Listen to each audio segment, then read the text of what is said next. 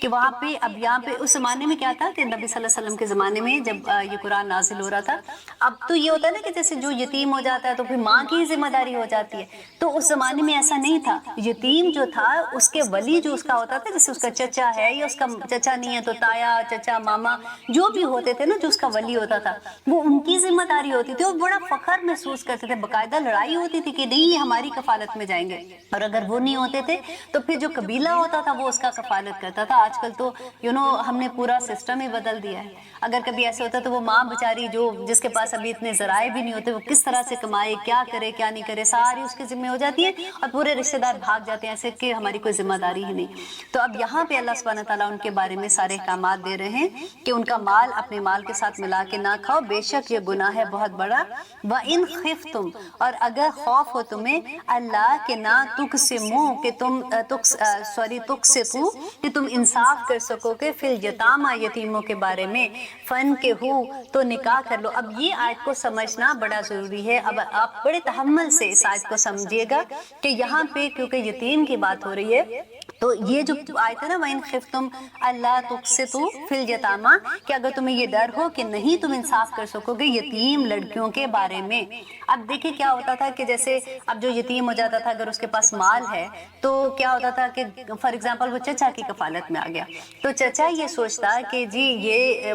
مال بھی آ جائے گا تو وہ اپنے کسی نکمے بیٹے کے ساتھ اس کی شادی کر دے. یا پھر آپ نے وہ بھی دیکھا ہے کہ کئی دفعہ ہوتا ہے کہ مال جائیداد تقسیم نہ ہو تو وہ جو بالکل چھوٹے بچے ہوتے جو بھی بالغ بھی نہیں ہوتے, اتنی بڑی بڑی عورتوں کی شادی ان سے کر کے تاکہ ہماری جائیداد تقسیم نہ ہو, زیادتی کرتے ہیں. کئی دفعہ آپ نے یہ بھی پڑھا ہوگا کہ قرآن کے ساتھ شادی کر دی تاکہ ہماری بچی وہ باہر نہیں جائے گی. تو یہ رسمیں اس زمانے میں بھی تھی اور آج بھی یہی کچھ ہو رہا ہوتا ہے نا. تو اللہ سبحانہ تعالیٰ یہاں پہ اسی کے بارے میں کہہ رہے ہیں کہ اگر تمہیں یہ ڈر ہو کہ تم انصاف نہیں کر سکیں گے, کیونکہ یہ بہت بڑا گناہ ہے نا, گناہ کبیرہ, اس کی وجہ سے تم دوزخ میں جاؤ گے. تو اگر تمہیں یہ ڈر ہے کہ انصاف نہیں کر سکو گے, فانکحوا, تو نکاح کرو, ما طاب لکم, اس سے جو پسند آ جائیں تم کو. مطلب باہر جو لڑکیاں جو عورتیں تمہیں پسند آتی ہیں, کیونکہ نکاح کی ایک بہت بڑی شرط یہ بھی ہے کہ پسند آنا چاہیے. ایسے نہیں کہ تم مال کی محبت پہ ان سے شادی کر رہے ہو, تو جو تمہیں پسند آ جاتی ہے من النساء, عورتوں میں سے, مثنا, دو دو, وثلاثا, تین تین, یا رباع, اور یا چار چار. یہ پہلا مقام ہے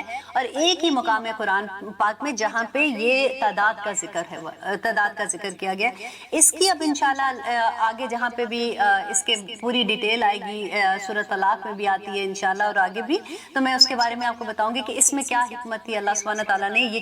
یہ جو دیکھیے یہاں پہ ایک بات آپ اچھے سے سمجھ لیں کہ یہ حکم نہیں ہے اللہ سبحانہ تعالیٰ کا کہ یہ 4 شادیاں کرنا یا 3 یا 2 شادیاں کرنا. یہ اس زمانے میں جب یہ آیت نازل ہوئی تھی نا, تو عربوں میں یہ رواج ہوتا تھا, وہ بہت شادیاں کر لیتے تھے. آپ کو یاد ہے داؤد علیہ السلام کا جب قصہ پڑھتے ہیں تو داؤد علیہ السلام کی 100 بیویاں تھیں. اس کے علاوہ جو مشرکین مکہ تھے وہ تو ان کی بے شمار بیویاں ہوتی تھی. اگر آپ نے شہزادوں کی ہسٹری اگر آپ دیکھتے ہو تو وہ حرم میں اتنی عورتوں سے نکاح کر کے رکھا ہوتا تھا, پھر پتہ ہی نہیں ہوتا تھا کہ کون عورت کہاں ہے, اور اس کا کسی کا حق نہیں دیا جاتا تھا. عورتوں کو غلامی کی طرح نکاح کر کے ان کو غلاموں کی طرح بس چھوڑ دیا جاتا تھا, اور کسی کو اس کا حق نہیں دیا جاتا تھا. اللہ سبحانہ تعالیٰ نے اسلام میں اس پہ حد لگا دی کہ 4 سے زیادہ شادیاں نہیں کر سکتے ہو, اور اس کی پھر ریزن بھی. اب آگے دیکھیے کہ اللہ سبحانہ تعالیٰ کیا کہتے ہیں کہ فَإِنْ خِفْتُمْ, اگر ڈر ہو تم کو, اللہ کے نہ تعدلوا, کہ تم عدل کر سکو گے, فَوَاحِدَةً, تو ایک ہی کافی ہے. اس کو بڑا سا انڈر لائن کر دیں کیونکہ یہ بھول جاتے ہیں اس بات کو, جب کبھی بحث کرتے ہیں نا تو پھر اس بات کا بتانا بھول جاتے ہیں کہ فَوَاحِدَةً. نبی صلی اللہ علیہ وسلم نے کہا تھا کہ وہ لوگ جو عدل نہیں کرتے قیامت کے دن ایسے اٹھیں گے جیسے فالج زدہ بندہ اٹھتا ہے, اس کی ایک سائڈ فالج زدہ ہوگی اور وہ اتنی تکلیف سے اٹھے گا اور اس کا بڑا عذاب ہوگا اس کے اوپر. تو اور آگے کہتے ہیں او ما ملکت ایمانکم, یا جن کے مالک ہوئے دائیں ہاتھ مینس ہماری لونڈیاں, ذالک, یہ ادنا زیادہ قریب ہے, اللہ کے نا تعولو, کہ تم ناانصافی کرو. کہ ناانصافی دیکھیں نہیں کر سکتے نا آپ نے. اب ایک آدمی, آپ دیکھیں ایک آدمی ہے, اس کے فار ایگزامپل اس کی 2 بیویاں ہیں یا 3 بیویاں, تو ڈیفینیٹلی ان میں سے اولاد بھی ہوگی. پھر اولاد ہے تو ڈیفینیٹلی اولاد کی آگے خرچے بھی ہوں گے, ان کے سکول ہیں, ان کی بیماریاں بھی, ان کے خوشیاں بھی, اور پھر آگے سارا اتنے گھروں کا خرچہ چلانا. اور آدمی ایک اگر آدمی ہے تو اسلام میں عورت کا تو نہیں ہے ایسے نا کہ وہ اس پہ کوئی ذمہ داری نہیں ہے کہ کمائے گی، کمانا تو آدمی نے ہے۔ تو پھر وہ اگر انصاف دیکھے، اگر جتنا ایک بیوی کو خرچہ دیا اتنا ہی دوسری کو، ایک بچے کا جتنا کرے اتنا ہی دوسرے بچے کو، اس کی بیٹی کو جتنا اتنا ہی اس ماں کی بیٹی کو، جتنا اس بیٹے کو کاروبار کے لیے دیا اتنا ہی اس کو دے گا، تو اتنا عدل کہاں سے کر سکیں گے؟ تو پھر اللہ سبحانہ تعالیٰ نے آگے کہا کہ ایک ہی فواحدۃ، تو ایک ہی کافی ہے، اور زیادہ قریب ہے اس سے کہ تم ناانصافی کرو، کہ یہ زیادہ قریب ہے اس سے کہ تم ناانصافی کرو۔ تو اس لیے ایک ہی بیوی کافی۔ لیتے ہیں چھوٹی سی بریک، پھر انشاءاللہ دیکھتے ہیں اللہ سبحانہ تعالیٰ آگے کیا فرماتے ہیں۔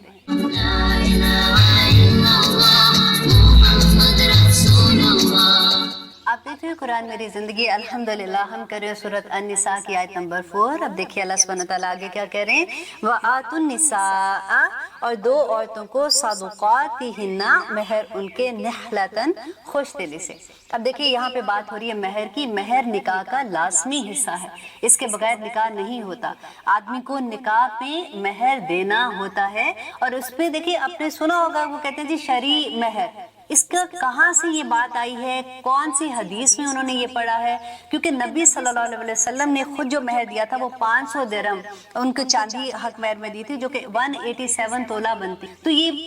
کہاں سے یہ بات آئی، یہ سمجھ نہیں آئی ہے کہ جو لوگ کہتے ہیں جی دیکھیں جب جہیز دینا ہے تو اس وقت تو اتنی چیزیں مانگتے ہیں جس کی کوئی حد نہیں، کہ یہ ایسے ویسے، تو جب دینے کی باری آتی ہے، مہر دینے کی باری آتی ہے، تو شرعی مہر ان کو یاد آ جاتا ہے۔ اور یہ میں سوچ رہی تھی کہ ایسا ہو سکتا ہے کہ کسی زمانے میں چاندی کی قیمت ایسے ہو کہ جیسے شروع میں تو سونا بھی اتنا مہنگا نہیں ہوتا تھا آج کے حساب سے اگر کمپیئر کرو، تو کبھی ایسا ہوا ہوگا میں بھی 3200 روپے کا کچھ اتنا تولہ بن گیا ہوگا، تو وہ اس وقت سے پھر وہ بات چلی ہے۔ لیکن آج کے زمانے سے اگر آپ لیتے ہیں تو یہ اس کا کوئی بھی وجود نہیں ہے۔ قرآن پاک میں اللہ سبحانہ تعالیٰ نے کہا کہ اگر آدمی کی حیثیت قنطار ہے، مطلب سونے کا پہاڑ جتنی ہے، تو وہ اتنا بھی دے سکتا ہے، اس میں کوئی شرط نہیں ہے کہ اتنی آدمی کی حیثیت پہ ہے کہ وہ کتنا مہر دے گا۔ تو یہاں پہ وہی اللہ سبحانہ تعالیٰ نے کہا کہ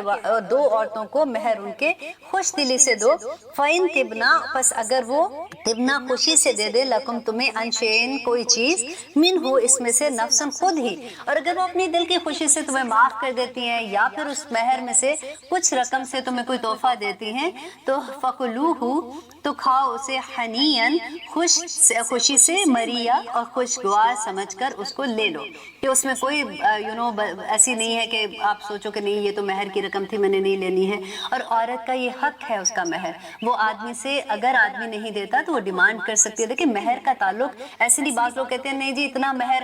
لکھوا دیا تو یہ تو طلاق کے وقت دینا پڑے گا، تو اس کا طلاق کے ساتھ کوئی تعلق نہیں ہے۔ مہر شادی پہ ہی، بلکہ شادی کی رات ہی، مجھے تو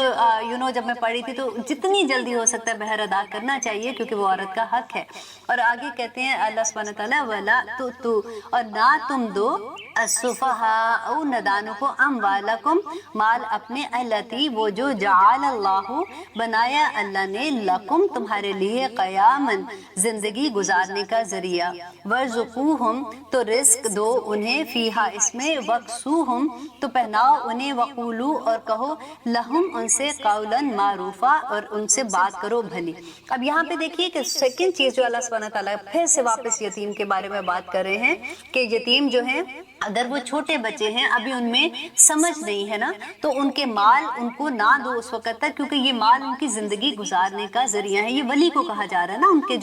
جس کے پاس ان کا مال اب آ گیا ہے، تو اس مال میں سے ان کو رزق دو، جیسے ان کے کھانے پینے کا بندوبست کرنا اس میں، اور ان کے کپڑے پہنانے کا، اور ان سے اچھی بات کا۔ کئی دفعہ دیکھیں یہ بھی ہوتا ہے کہ جو ولی ہوتا ہے نا، اگر کبھی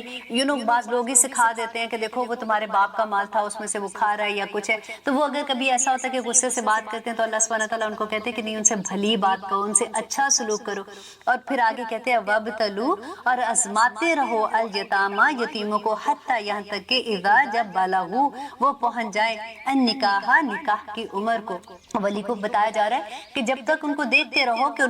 ان میں شعور اتنا آ گیا ہے کہ وہ اپنے پیسوں کی حفاظت کر سکتے۔ ایسا نہیں ہے کہ تم کہو کہ میرے ذمے ختم کرو، میں کسی طرح سے پکڑاؤں انہیں، نہیں، آپ ایسے نہیں کر سکتے ہو۔ آگے اللہ سبحانہ تعالیٰ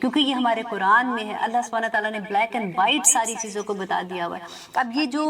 وراثت کا قانون ہے نا، یہ بہت وسیع اس کا علم ہے، اور جتنا بھی ابھی جتنا ہمیں سمجھ آتی ہے قرآن سے اتنا تو ہم لیں گے، لیکن اگر اس سے زیادہ کسی کو کوئی بات پوچھنی ہوتی ہے تو پھر جو اس میں جنہوں نے زیادہ پڑھا ہوا ہے، سمجھا ہوا ہے، وہ پھر آپ ان سے بھی پوچھ سکتے ہیں الحمدللہ۔ اب یہاں پہ پہلا قانون آ رہا ہے وراثت کا کہ للرجالی، مردوں کے لیے نصیب ایک حصہ، مما اس میں سے جو تارکا چھوڑ جائیں، والدانی والدین، والاقربون اور رشتہ دار، وللنسائی اور عورتوں کے لیے ہے نصیباً ایک حصہ، مما اس میں سے تارکا چھوڑ جائیں، والدانی والدین، والاقربون اور قرابت دار۔ اب پہلی آیت میں اللہ سبحانہ تعالیٰ نے پہلے دیکھیے کہ عورتوں اور آدمیوں کو برابر کا حصہ بتا دیا۔ اس سے پہلے کیا ہوتا تھا کہ مشرکین مکہ میں، اہل عرب میں یہ رواج ہوتا تھا کہ عورتوں کا کوئی حصہ نہیں ہوتا تھا، تو اس وجہ سے اسلام میں یہ پہلی دفعہ یہ ہوا کہ اللہ سبحانہ تعالیٰ نے بتایا کہ جیسے آدمیوں کا حصہ ہے ویسے ہی عورتوں کا بھی حصہ ہے اس میں، اور پھر اس کی ڈویژن کیسے ہوگی وہ اتنی خوبصورت ہے۔ دیکھیں جب آپ کو انڈرسٹینڈنگ ہو جاتی ہے نا اس چیز کی کہ کیوں آدمیوں کا اتنا حصہ تھا، اور